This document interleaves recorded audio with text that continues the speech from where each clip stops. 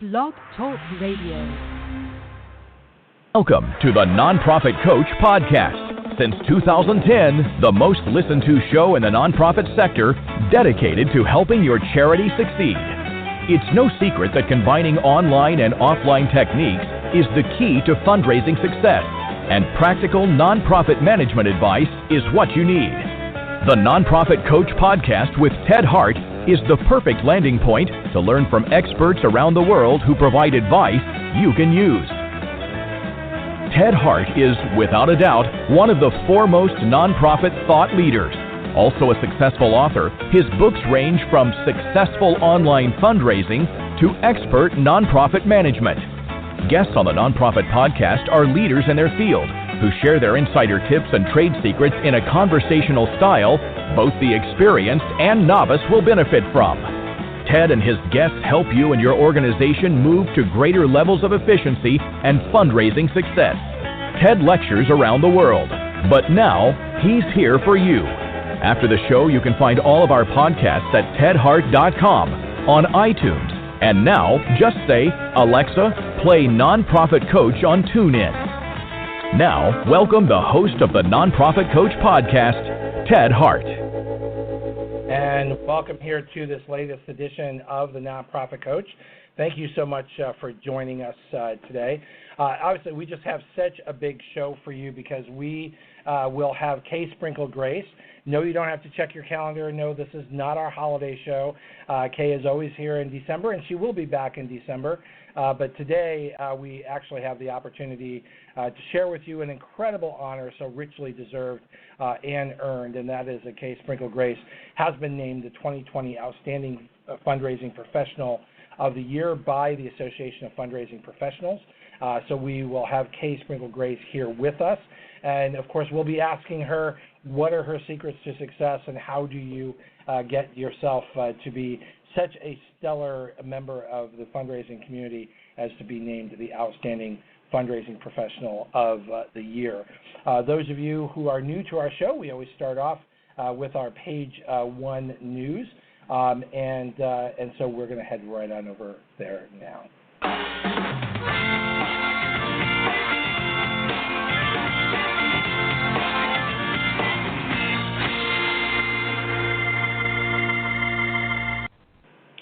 It's my pleasure to introduce you to Ashley Gatewood, who is the Communications and Marketing Manager at CFRE International.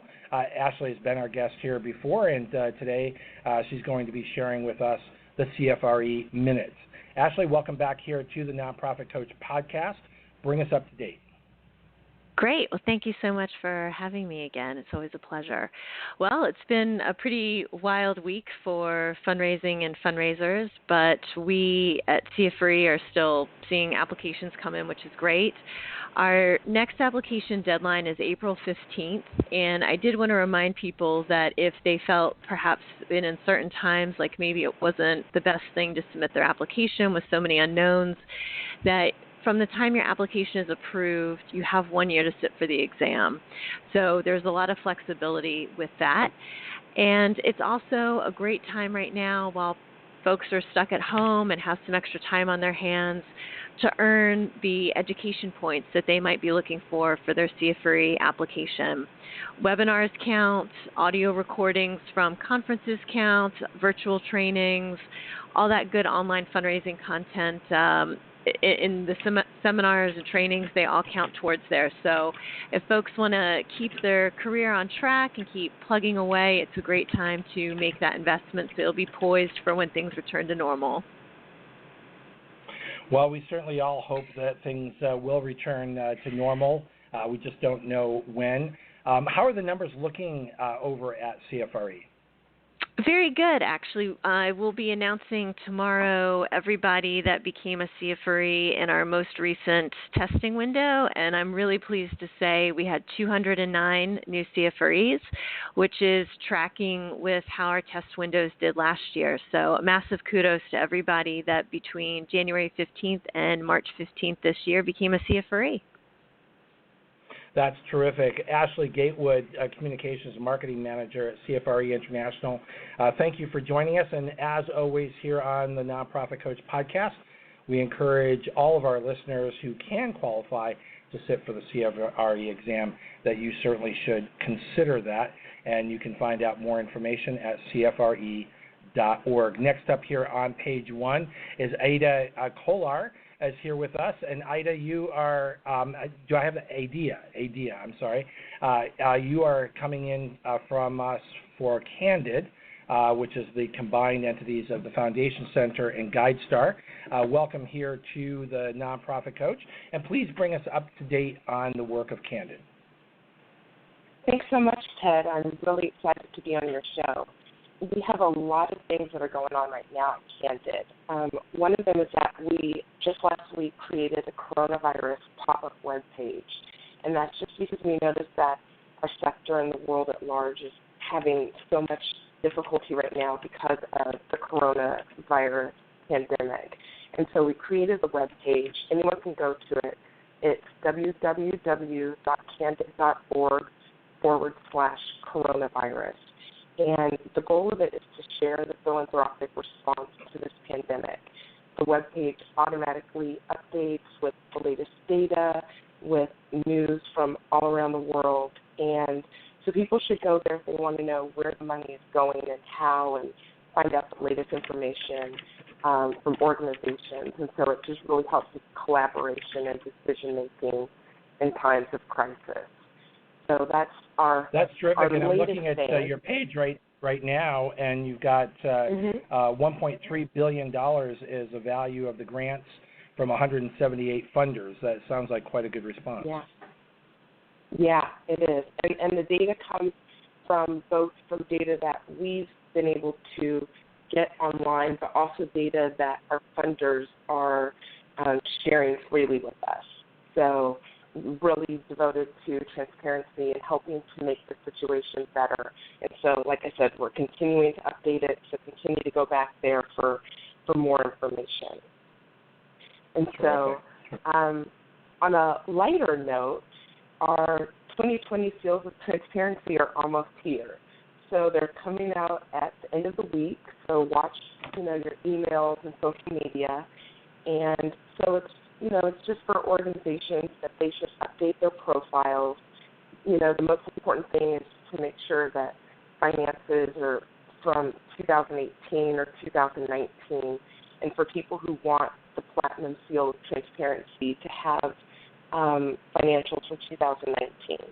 And so we have some new options that are going to be available that organizations can choose from.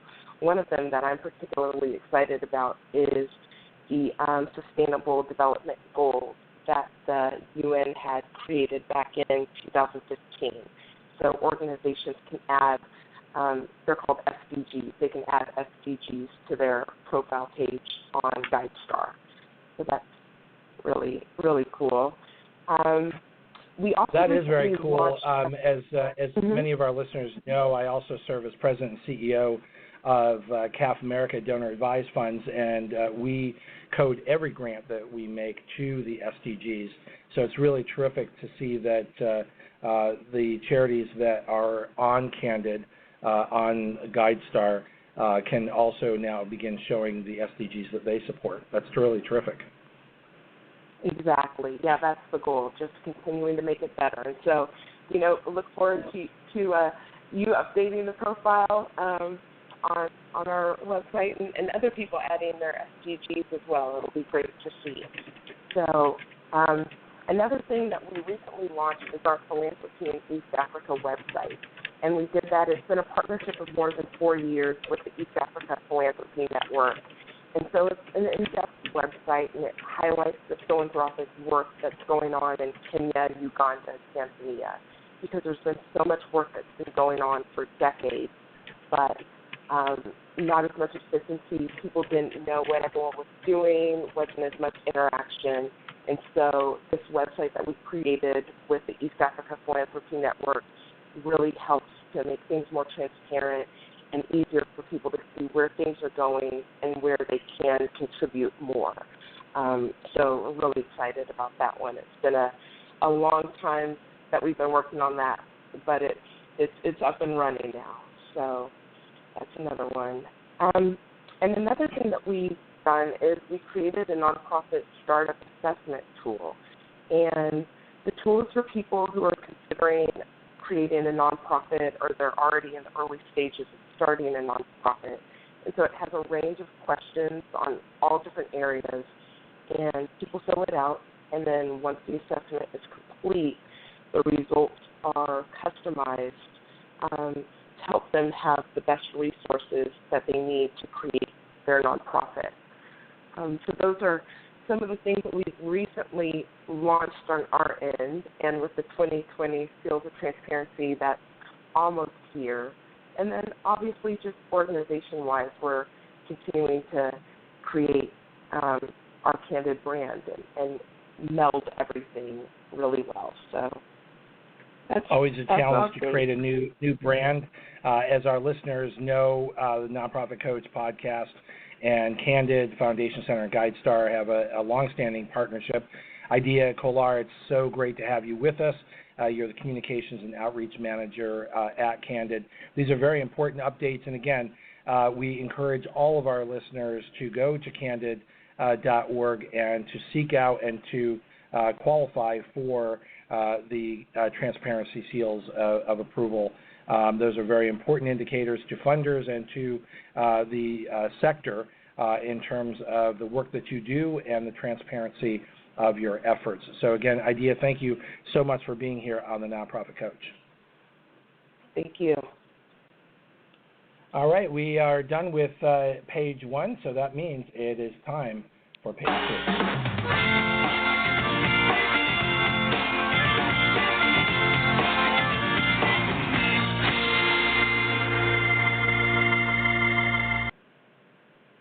We are over here on page 2. That means it's time for Sprinkel Grace, who has been named the 2020 Outstanding Fundraising Professional by the Association of Fundraising Professionals. And to help us introduce this, we have a special guest. Special guest, I'm going to allow you to introduce yourself and take us into this amazing discussion of the career of Sprinkel Grace. Hi, Ted. This is Mike Geiger, President and CEO of the Association of Fundraising Professionals. What a great opportunity you have to be sitting down with Kay and talking about her career and what she's thinking these days. It's such a fantastic opportunity for you and all your listeners. Well, we can't thank you enough for coming to join us today, and I want you to be able to have a little bit of a dialogue with Kay, so we're going to bring her in from the green room in just a second. But could you start off, Mike, first of all, of telling us what is the Outstanding Fundraising Professional Award? Yeah, so this is actually the highest honor that we at AFP bestow on any of our members, and we don't do it lightly. And we do it to recognize effective, creative, and stimulating leadership, as well as the practice and promotion of ethical fundraising. So really the key tenets of what AFP is all about. And there's no doubt in our mind that Kay exemplifies all these traits and characteristics. In fact, when we told Kay of this honor, she said, "My commitment to the philanthropic sector and its capacity to engage communities in visionary solutions to chronic societal issues and to the enrichment of our lives has never been stronger." Well, we know Kay very well here on the Nonprofit Coach, and it will not surprise you at all, Mike, to know that her annual holiday show here on the Nonprofit Coach is one of the highest rated annual shows that we have here on the Nonprofit Coach. So why don't we go ahead and bring Kay in from the green room. Sprinkel Grace is here with us, so I'm going to let the two of you chat a little bit, and I know, Mike, you want to personally congratulate Kay, since the conference that she would have been awarded at, unfortunately, due to coronavirus, had to be canceled. So, Mike and Kay, take it away. Hi, Kay. How are you?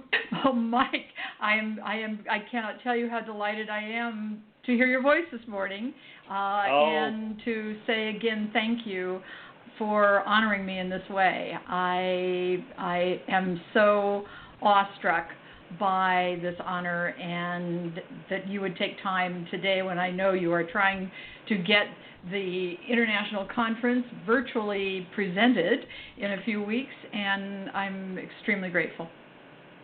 Well, Kay, when I heard that you were going to be on the show and Ted and his team reached out to me, I looked at my calendar and it was just totally booked, and it really was something I wanted to try to do, and so I tried to rearrange my schedule, and I wasn't sure I was going to be able to do it, but then when I had that window, I reached out because I really wanted to be here and to congratulate you in person.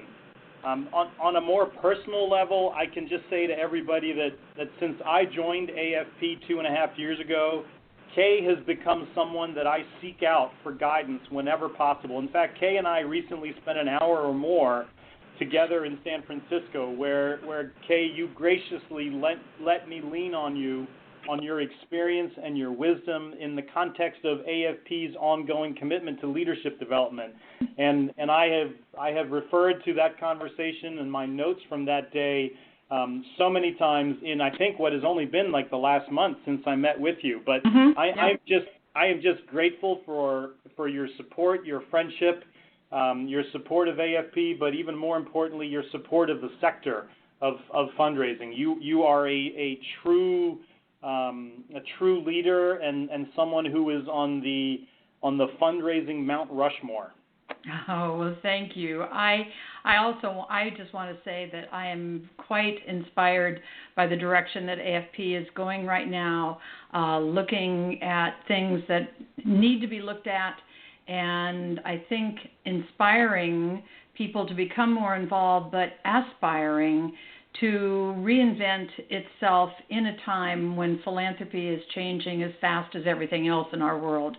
And it's one of the reasons that I enjoy our conversations so much. So I appreciated that hour in San Francisco greatly, as did you. Thank you very much. Thank Ted, you, Mike. Thank you for the opportunity, Ted, to be on your call and congratulate and just have a moment with Kay, one of my favorite people. Yeah, Mike, we agree with you, and it means an awful lot to us here at the Nonprofit Coach to be able to host Kay today, but also to have you come on to sort of virtually bestow the award on her and to let all of us know just why AFP chose her for this award. So that's Mike Geiger, President and CEO of the Association of Fundraising Professionals. Thank you for coming on and sharing such wonderful, warm thoughts about our guest here today, Kay Sprinkel Grace. Thank you very much. Enjoy the rest of your conversation. Take care. Thank you. We appreciate it. Thank you. It won't surprise our listeners that Kay Sprinkel Grace, of course, always, even when she's being honored, even when the show is all about her greatness, she comes prepared with content.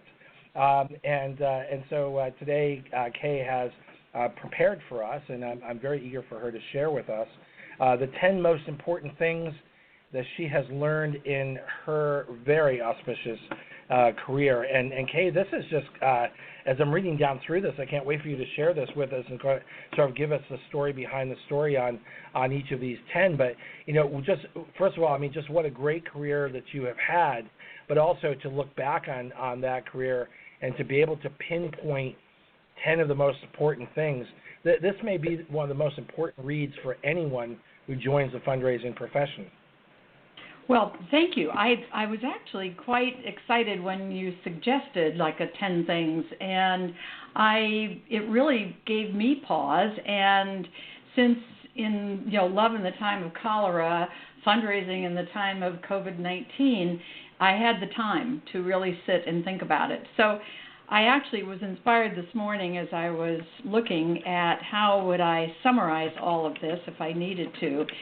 And I guess I would say that what I have learned is that, and I popped it up to the top before I sent you this list, is that this is truly a remarkable profession. We are so lucky to be in this profession because the kind of outreach we can do, the kind of lives we can change, the people we engage with, the philanthropic world of the United States of America is so impressive. And Ted, you work around the world, I work around the world, and you know that people look to us for the patterns of philanthropy. And That's how right. do we do this? It is our finest social export.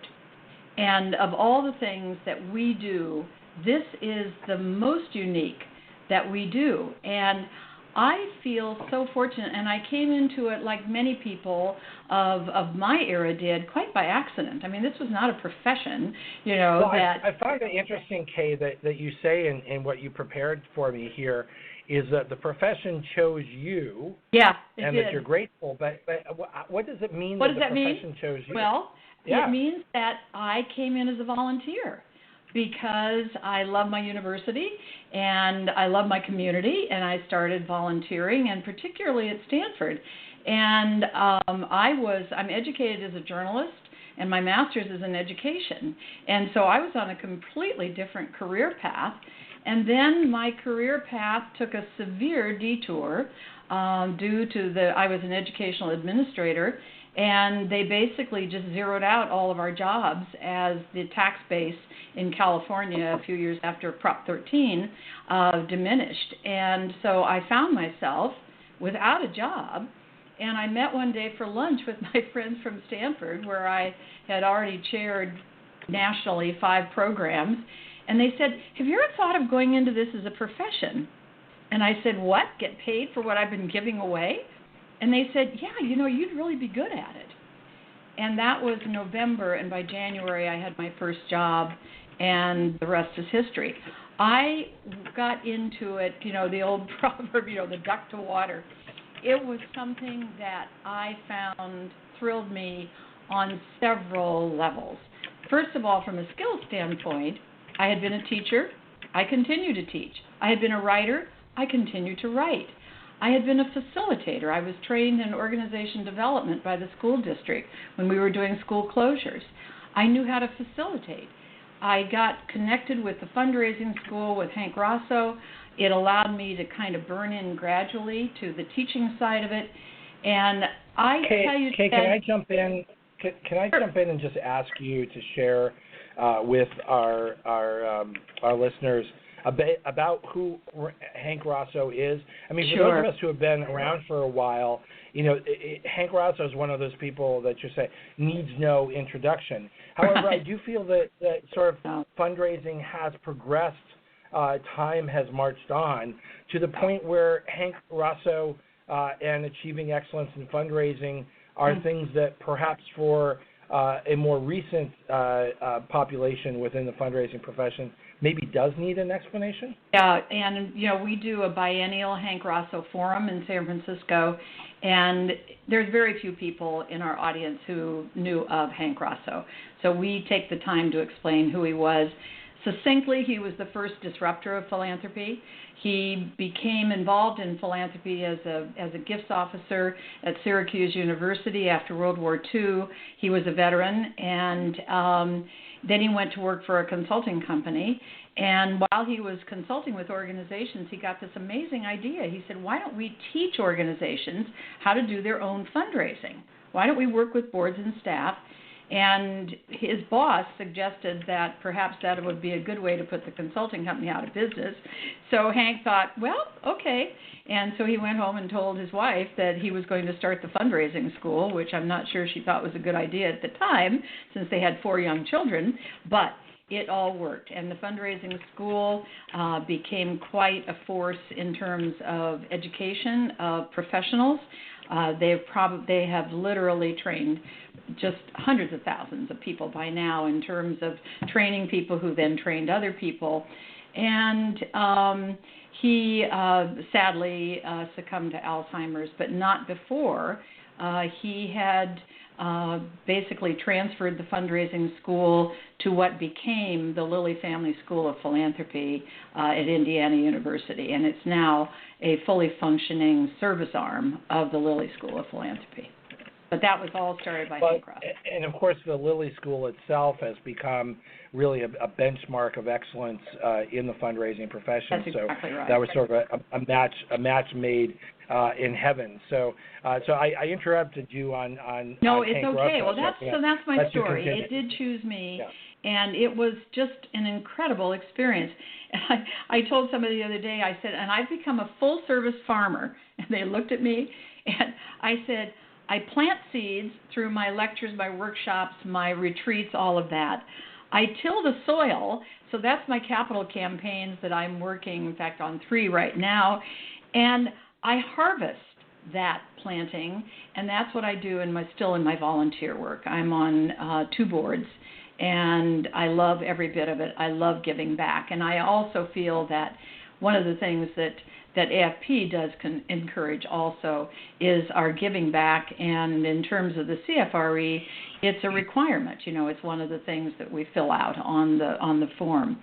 So the second thing that I realized as I was doing this list, I go back again to the fundraising school, and we used to extract a quotation of John D. Rockefeller Jr., who once advised some poor soul who had asked him for a gift, and apparently done it in the way that makes all of us shudder. I'm sure you don't want to give, or I'm sorry to have to ask you, but. And what John D. Rockefeller said to the young person was, you must substitute pride for apology. Pride in what the impact of this gift will mean. And that, for me, became a very strong teaching principle. It was in our master materials for the fundraising school. And I think it's something I hear too often, people kind of apologizing for the fact that they have to raise this money. And you know, Ted, that one of my primary tenets is that people give because you meet needs, not because you have needs. There is no sense of begging or anything else. We are robust, proud organizations that are making a difference in our communities, in our country, and in the world, and we never need to apologize for asking for money. We're not asking them to give us money. We're asking them to make an investment in their community's future. So that's my point number 2. Number 3 is... And as we've shared on this show together so many times, Kay, is, yes. Needing money is not good enough. Get in line, so does everybody else. That's right. It's, the case that you can make, and I think you're absolutely right. That ties back to the pride of the program, the opportunity that you have to share the story, the opportunity that you have to invite people to join the journey. Yeah, and Ted, just a little sidebar on that. In some of the conversations I've been having with AFP and also just with Mike, we are also in danger as a profession of apologizing. And I think that what we need to realize is that we are, in fact, just so important in terms of being a catalyst for investment in the community. And leadership, I think, has 2 parts for this profession going forward. One is how proud we feel ourselves. In other words, that we feel pride for being in this profession, for doing what we do. But the other thing is that the community feels that same sense of pride and admiration for having strong professionals in their community doing this work. And I think that this will become evident as we go through this very major surge that we've got right now in terms of fundraising in the time of COVID-19. Well, it's an important time, and we're certainly seeing here at the CAF America Donor Advised Fund, a surge, particularly from our corporate supporters, in wanting to make a difference. And of course, this is a global pandemic. That's right. They're directing their philanthropy around the world. Exactly. The third point that I had was that I hear too often the word donation. And donation is an extremely passive way to describe somebody's gift. If you can't go all the way to investment, and Ted, when I published my first book, Beyond Fundraising, in 1987, I've done editions since, but 1987, the title of the book is Beyond Fundraising, New Strategies for Innovation and Investment in Nonprofits. I had people in 1987 say, how could you put the word investment on the cover of a fundraising book? And I would say, wait a minute, look at the title. It's beyond fundraising, because beyond fundraising is investment. People still struggle with it. They're a lot better with it. But let us remember that it is, at least we must call them gifts, because once they become donations, it's passive. It does not imply that we need to keep these people involved. And more than that, we also have the tiny sense of obligation. Well, they should be giving. No, you know what? Philanthropy is voluntary action for the public good. Voluntary is the operative word. Yeah. I don't have to give. Emphasis on voluntary. That's right. Absolutely. I don't have to give, ask, join, or serve any organization I don't want to. The fourth, and you've heard me say this before, but I would not let this morning go by without saying it again. We are not charities. Gifts to us are charitable deductions, but what we have is a new market. And in the new market, that word does not work. And as you know, I operate out of the northern outpost of Silicon Valley. And I can tell you that it's not about charities. And when are we going to call ourselves what we are, which is public benefit corporations? The late Peter Hero, who I think you knew, who was the kind of the founding CEO of the Santa Clara Community Foundation that became Silicon Valley Community Foundation, he said, we're the only part of the economy that defines ourselves by what we're not. Well, what are you? Well, we're nonprofits. Well, yeah, but what are you? So we need to define ourselves, and maybe in defining ourselves, we will feel more poised for the role, the leadership role that we have already taken, but I don't think have been recognized for. And I think that if we could just dismiss that from our vocabulary, and yet some of our major publications, which will go nameless on this program, continue to call us charities.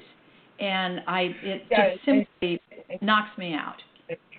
Yeah, and Kay, sometimes I really feel, and I think it's a point that you're making, is that we almost become our own worst enemies. Because we sort of carry in the phrases of nonprofit and charitable and deductions and all of these different phrases, and it really is astounding to me at how few sort of average Americans, average donors, actually understand those concepts. It's so true. A not-for-profit, they would think, and some charities, some nonprofits certainly encourage them to think, well, there shouldn't be a profit. That no one should get paid. It should all be volunteer. However, it should have Fort Knox level of security and cybersecurity, and Goldman Sachs level of accounting, and it should be absolutely unimpeachable and completely transparent. However, nobody should get paid and nothing should be done. So in fostering that kind of belief, and God forbid you end up with a surplus, Ted. That's right. And put that into an operating reserve. Well, wait a minute. That's right. Rather than saying that these are corporations created for the public good and provide services that by their very nature are not profit, but certainly need to run well.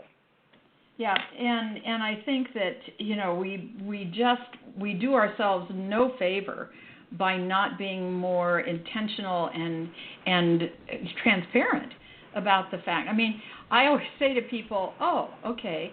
So then, which are the organizations that raise the most money in the U.S.?" "Oh God, yeah, Harvard and Stanford." And I said, "And do you think they have reserves? Do you think they have billions in their endowment?" "Well, yeah, but that's different." And I said, "Why is that different?" I said, "They are still providing for the students that they need to serve as a commitment to their mission." Anyway, is. Thank you for your support on that. And the fifth one that I had named was the fact that we've got to start using that word philanthropy. This word was so unusual in our vocabulary when I started out in this, in 1980, when I made the shift over to being a professional. And you hardly ever heard the word philanthropy. In fact, I remember an early, probably it was Indiana University before there was the School of Philanthropy, and as the center was forming, the Center for Philanthropy was forming, they had a series of symposia, and in one of them they did this funny video and showed it. And it was a man on the street thing, what's a philanthropist? Oh, well, I know, that's a man that cheats on his wife. What's a philanthropist? Oh, that's somebody who studies fish.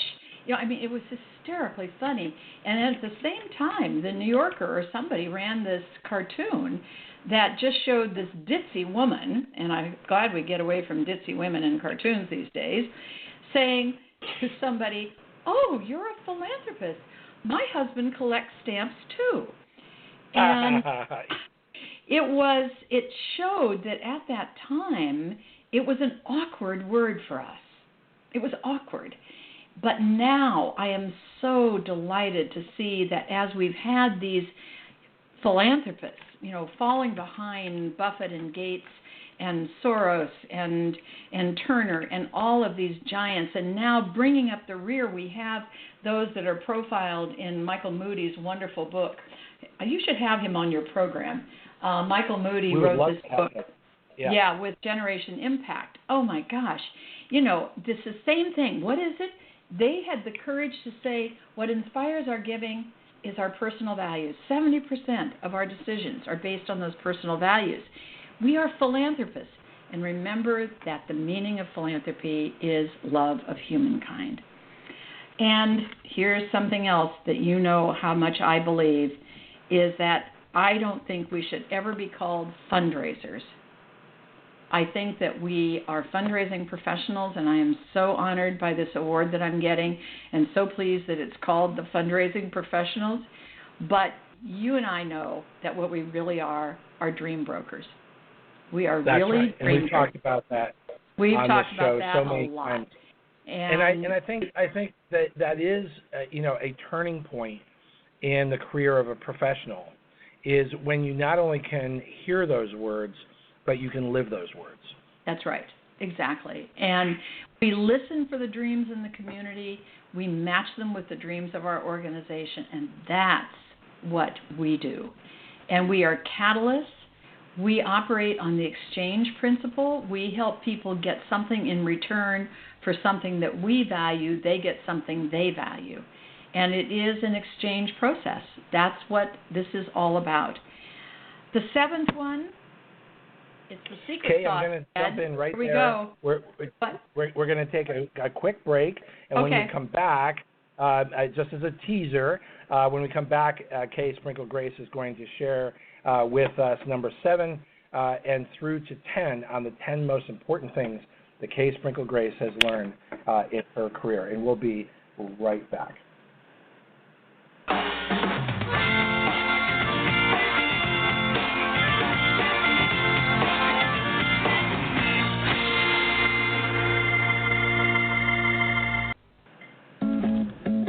Life gets busy. Wouldn't it be nice to have a central place where you could save what's on your mind? With Google Keep, you can stay on top of your world by quickly and easily organizing everything you want to remember. No matter where you are. Finalize door list for Thursday's gig. So when you find inspiration, you can file away your ideas. And Google Keep stores them safely across all your devices. And when the time comes, you'll have everything covered. Save what's on your mind. Google Keep. Remember, our podcasts and archives are always available 24 hours a day at tedhart.com. Click on radio links. If you're listening live today, the phone lines are open. Call in and ask a question by dialing 347-324-3080. Now, back to the Nonprofit Coach with Ted Hart. And we're back here with Kay Sprinkel Grace, the 2020 Outstanding Fundraising Professional, as honored by the Association of Fundraising Professionals. Kay, this is what we've had some amazing shows, as you know, some of the highest rated shows ever on the Nonprofit Coach podcast. But I think this one is truly special because you are sharing with us today the 10 most important things that you have learned in your absolutely amazing career. So pick it up, number 7. Okay, well, that's where I reveal the secret sauce, Ted. And the secret sauce is passion. And anyone who knows me knows that I'm a pretty passionate person, and that I live my life by 2 values, joy and gratitude. And it's the joy that really inspires me, but it is the passion that keeps me moving forward always to new ideas and new opportunities. And I think that when we are bogged down in our work, when we're feeling unrewarded, unappreciated, unaccepted, I think that the passion is the first to go. And I think that what we have to do is learn that our networks are very important. If your AFP chapter is a good network for you, then network. If you have friends, network. To keep your passion up, talk about what you're doing. Talk about how it excites you. Create your own forum, if you will, if it doesn't exist in your workplace, but also as a leader, try to infuse others with the passion. I wrote a book just recently called Transform Your Board into a Fundraising Force. And there, again, the secret sauce is passion. And if boards are not passionate, if we don't infuse our boards with passion by revealing mission moments during our board meetings and making sure that we really take care of them, that we really steward them, it not only diminishes their passion, but then their diminished passion diminishes our passion. But I just recall a very prominent donor here in San Francisco telling me once that, when somebody calls me and you can tell I'm just a name on a list and there's no excitement and it's like, oh, yeah, I've got to call you. I'm sure you don't want to give. She said, I don't give. But if somebody calls me and they're enthusiastic and passionate, then I will respond. So keep the passion up. The 8th one is that I have found that I have been on 3 ships in my journey, and I continue to be on those ships. The first one is leadership of self, of organization, of community, and profession. I've done a lot of work in leadership development, and I have continued to work on my own leadership development. And I find that ship is the lead ship, if you will. Partnership is the other one that I find is extremely important. We can't operate in silos. We've had discussions about this, Ted, that the philanthropic sector is a very hard word, and it also almost means that we're in a silo, separated from business and government. We're not.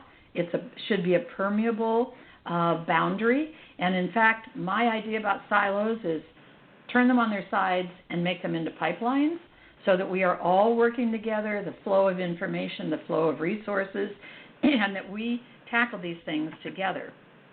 The partnership with donors, other organizations, other visionaries. And the last ship, no surprise, is stewardship. We all too often put all of our energy into getting the gift and not as much energy, or sometimes no energy, into thanking people and keeping people engaged. And in my book, the high impact philanthropy, the models there between transactional and transformational giving really make that point.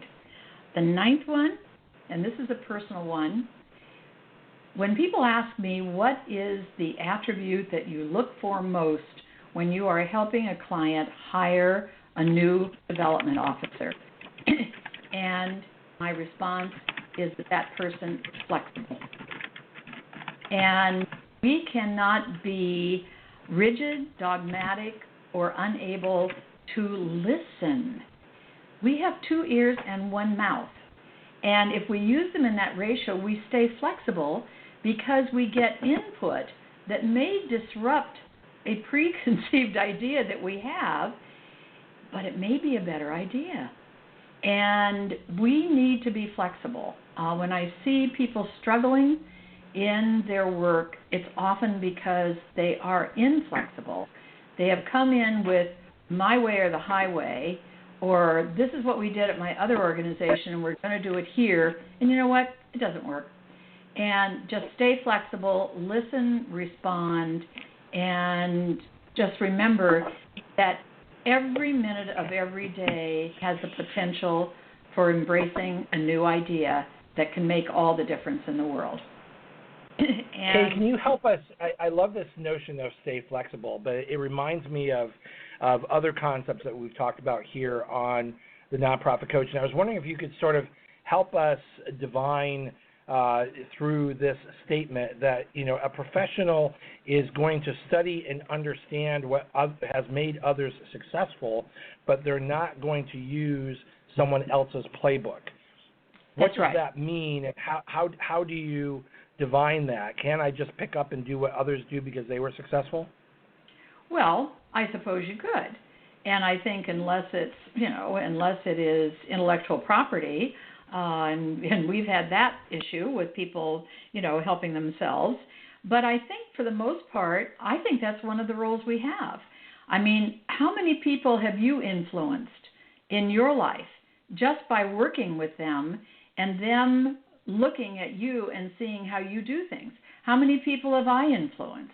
How many people have, other people in our field influenced by modeling the kind of things that work? But what I'm saying is it's not so much the idea or the program or the way to do something exactly. What it is more along the problem solving and the design thinking. We had an experience last October, Ted. 6 years ago with two friends from Czech Republic, our chair from Slovakia, and our Canadian colleague, Tony Myers.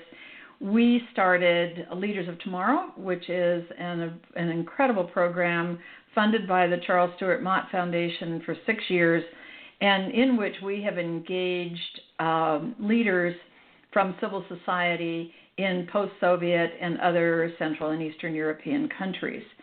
And one of the things that we have really discovered there is that because culturally there tends to be less flexibility, that a lot of things are more set, if you will, that their approach to problem solving, when I introduced like a section on problem solving, they were very, very interested in it, and they really got into it because it was a different way of looking at a problem and discerning the problem before you came up with a solution, because the tendency is, I know how to fix that. Sure, I can fix that.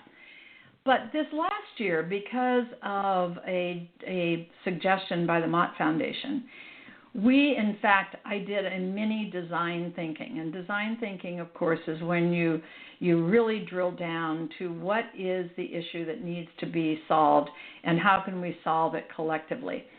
And I have to tell you that afternoon was just breakthrough, and particularly in the dynamics of the group. We had two participants from Russia, and I think that for them it was a way that they actually got closer to the participants from Bulgaria, Serbia, Czech Republic. We even had somebody from Brazil, and which I realize is not in Central and Eastern Europe, but it is facing issues in civil society. But my point is that it was a breakthrough for them to realize that there were no formulas, that when you put, and here's where it comes back to philanthropy, Ted, is that the whole issue with design thinking, as IDEO and others have really crafted it so that it becomes a workable program globally, is that you put the humanity at the center always. You solve problems for the betterment of the people who are the subject of the issue. And I think if we can do that, then what we will be able to dramatically shift from is something that has worried me about our sector as it begins to rethink some of its priorities and how it operates. And that is simply this, that it's not about our organization. It's about the people we serve. So when people said to me when an arts organization years ago in the East Bay was in danger of going under, and did, and they said, oh my God, all those people are going to be out of work. And I said, what really the issue is here? How are we going to continue to serve the children who have no other resource in this community for exposure to the arts?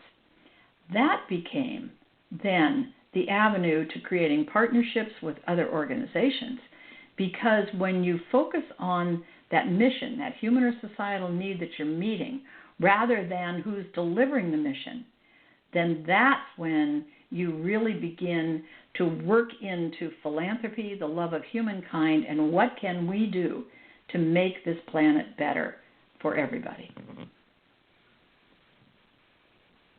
Kay, that of course is the crux of how your mind works. I think is that you don't just think of it in terms of money needed, but the root of the problem and the partnerships that can be brought together. So, in your career, can you give us a sense of just if I'm a new development officer, if I have a budget to meet, how do I approach this with sort of an innovative eye or an informed eye as I'm just trying to get my career underway? Sure. I think that the first thing you have to do is assess your resources. What do you have in order to create what you need? And if you don't have the right people, I'm a big Jim Collins fan, as you know, Ted, and you got to get the right people on the bus.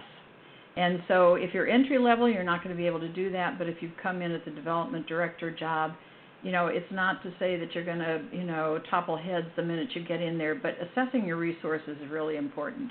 But remember that we should do our planning in nonprofits not by looking in the mirror, but by looking through the windows. Because our world is out there beyond our windows. That's who we serve. That's the reason we exist. I am such an advocate of listening, of getting groups of people together. And when I'm new in a job, and when I took my first job in the profession, I was welcomed because everybody in the organization just happened to know me because of my Stanford connection. But beyond that, I cannot tell you, Ted, even as young and naive as I was, that I went out, I had meetings with people, I asked people to come together, I asked people to come to our facility and sit around the table and talk with me. I learned so much that I really think it's one of the things that kind of jump-started my effectiveness, even in that first position, was that they felt heard. They felt as though their feedback was important to me. I was not just paying lip service. So if I were a professional just starting out, I would assess my resources, I would listen to the community, and then I would do very, very diligent but not obsessive planning, because we're living in a world where obsessive planning, you can get as obsessed as you want, but things are going to be different. But to put a structure in place, I think a lot of us drift in our positions because there is no plan, there is no structure. And I believe that systems liberate. I think that if you have it may be very few resources, but what's interesting to me is immediately how naturally, again, because your career has been so successful, some of the key points that it seems like you just mentioned that almost, just seemed sort of, well, of course, is that, first of all, you got up from your desk, you went out and you met people, you invited them to come see things, you invited them to become part of the story, part of the journey. And I think, again, one of the things that distinguishes a fundraiser from a development professional is when you realize that it's less about asking for money than it is giving the opportunity to give. That's right. Absolutely. And I mean, my own belief is that if you ignite people and get them feeling like they have like a partial ownership, because, wow, that was my idea. That's right. That was my idea. that are they going to, keep their idea going by investing in it? You bet. And it's the same with our boards, Ted. If we plan separately from our board and then we take the plan in and the board is going to say, fine, okay, good, let us know how you do, instead of saying, what can we do to help? And so that's really my advice to somebody starting out. Listen and be open. And, for me, I didn't really have much choice because I'd come from journalism, working for a magazine and a television station, and an educational resources company. But here's what happened was that I needed to be open. I knew a lot about fundraising because of my volunteer work at Stanford. And that's another point I would like to make about the importance of professionals in our field volunteering, is that I don't know if you can know what a volunteer is feeling unless you've been one. And when we look at volunteers and say, I don't understand, how come you haven't done this? Until you've been a volunteer and know what it's like to juggle, a job, a family, aging parents, young kids, whatever it is, and that you're actually squeezing this in time that maybe you'd be better spent meditating, I don't think we have the same kind of empathy.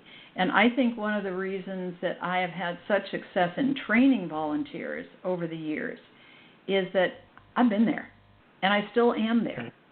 And I just stepped down as president of a board. I know what it's like, and I know how time-consuming it can be. So my last point then is that, and it's kind of derivative of the first 9, and we did a program on this last year or the year before, but we need to become more of a movement and less of a .org. And we need to be seen as a fluid, responsive, innovative sector willing to take risks. Remember that the boundaries of fear are risk and dreams. And whichever way the boundaries of risk are fear and dreams. And the boundaries of risk are what inhibit us. And if we veer to fear, which is what we could easily be doing right now, then we will be inhibited. But if we keep our dreams primary on our horizon, then we will be able to inch our way, if not leap our way, towards those dreams. And so what I still maintain from 1987 forward is that we have to go beyond fundraising and convey to our communities and constituents that we encourage transformational investment, not just transactional giving. We have to help people utilize their financial investment portfolios to enrich their social investment portfolios. It's a simple idea, but it requires a belief that we are a movement, that we have the power to transform society. And you look at all the areas, Ted, where our poor little planet needs so much help. And whether it's public health like right now, or whether it's climate, or whether it is education, whether it is immigration, whether it is people living in refugee camps who are now impacted by the education issue, the public health issue, we have a role to play.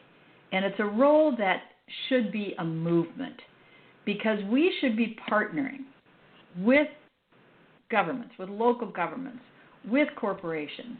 And that's why when we see these corporations and others stepping forward right now, I am filled with hope that we will, resolve the fallout from this dreadful pandemic that we're in, but also that we will inspire people to know that this is one of the most valued and valuable movements in history, the movement towards philanthropy, that love of humankind, because at the end of the day, Ted, that's all that matters.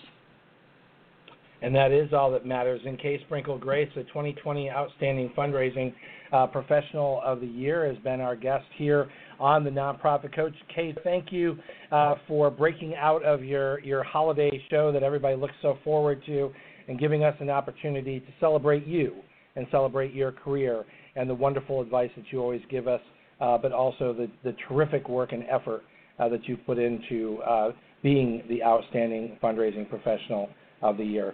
Congratulations, Kay Sprinkel Grace. Thank you, Ted, and thank you for inviting me this morning. You've been listening to the Nonprofit Coach Radio Show with Ted Hart. Tell all your friends to check out our production schedule and download our iPod and iPad-friendly podcasts at tedhart.com. Thanks for listening to the Nonprofit Coach.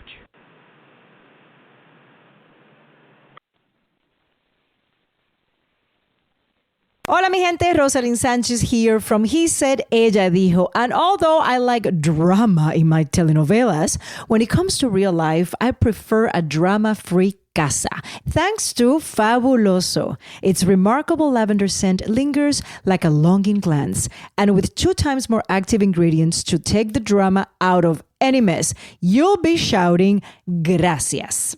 Fabuloso's 2 times concentrated formula provides 2 times more active cleaning ingredients versus non-concentrated Fabuloso Original. Use as directed.